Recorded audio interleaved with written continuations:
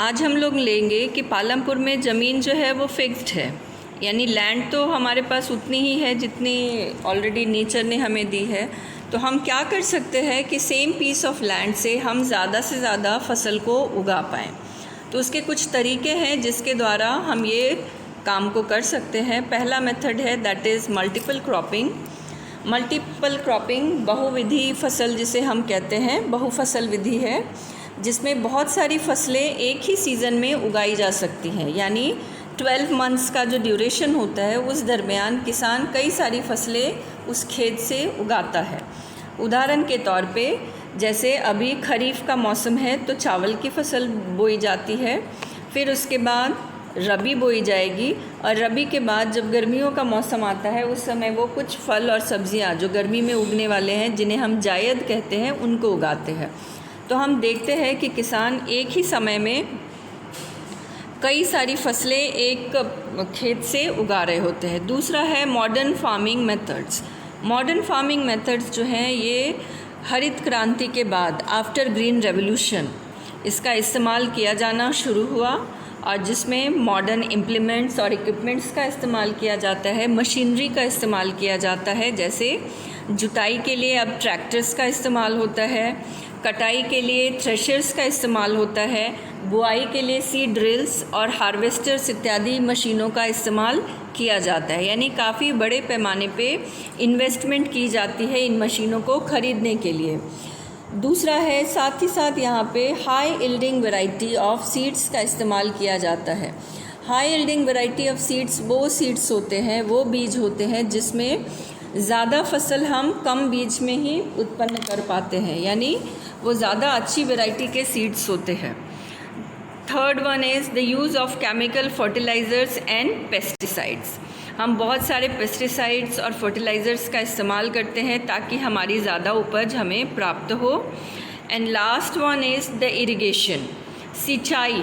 ये सबसे बड़ा कॉन्स्ट्रेंट आता था, रुकावट आती थी किसानों के बीच में क्योंकि वो वर्षा पे निर्भर होते थे। परंतु अभी मॉडर्न फार्मिंग मेथड में वर्षा पे निर्भरता ख़त्म हो गई है और नए नए तकनीकों का इस्तेमाल किया जाता है, जैसे कि डैम्स, ट्यूबवेल, कैनाल्स, वेल्स इत्यादि का। यहाँ आप इस चित्र में देखेंगे कि इन डिफरेंट फार्मिंग मेथड्स को, जो मॉडर्न फार्मिंग मेथड्स है उनको बताया गया है। High yielding seeds, fertilisers, machines, pesticides. Pesticides का मतलब होता है कीटनाशक, जो कीड़े लग जाते हैं फसल में उसको ख़त्म करने का वो काम करते हैं।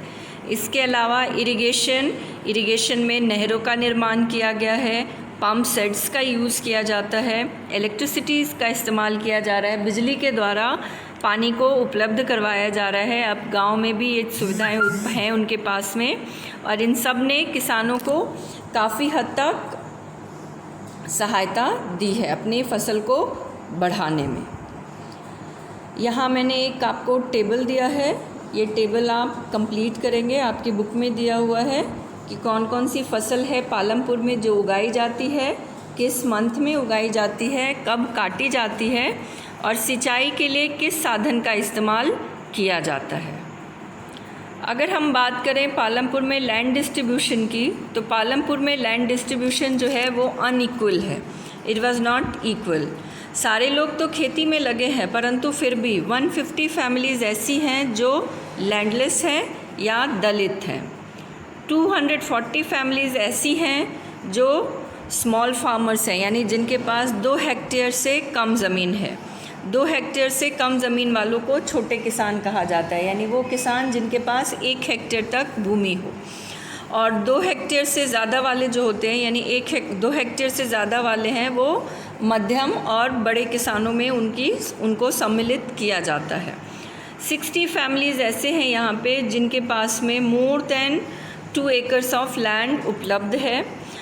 कुछ ही किसान हैं उस गांव में जिनके पास 10 हेक्टेयर लैंड या उससे ज़्यादा उपलब्ध है। तो हम कह सकते हैं कि पालमपुर में अनइक्वल डिस्ट्रीब्यूशन ऑफ लैंड है। यहाँ पे आप देखिए कल्टीवेटेड एरिया को दिखाया गया है। इसमें आप देख सकते हैं कि जो कल्टीवेटेड एरिया है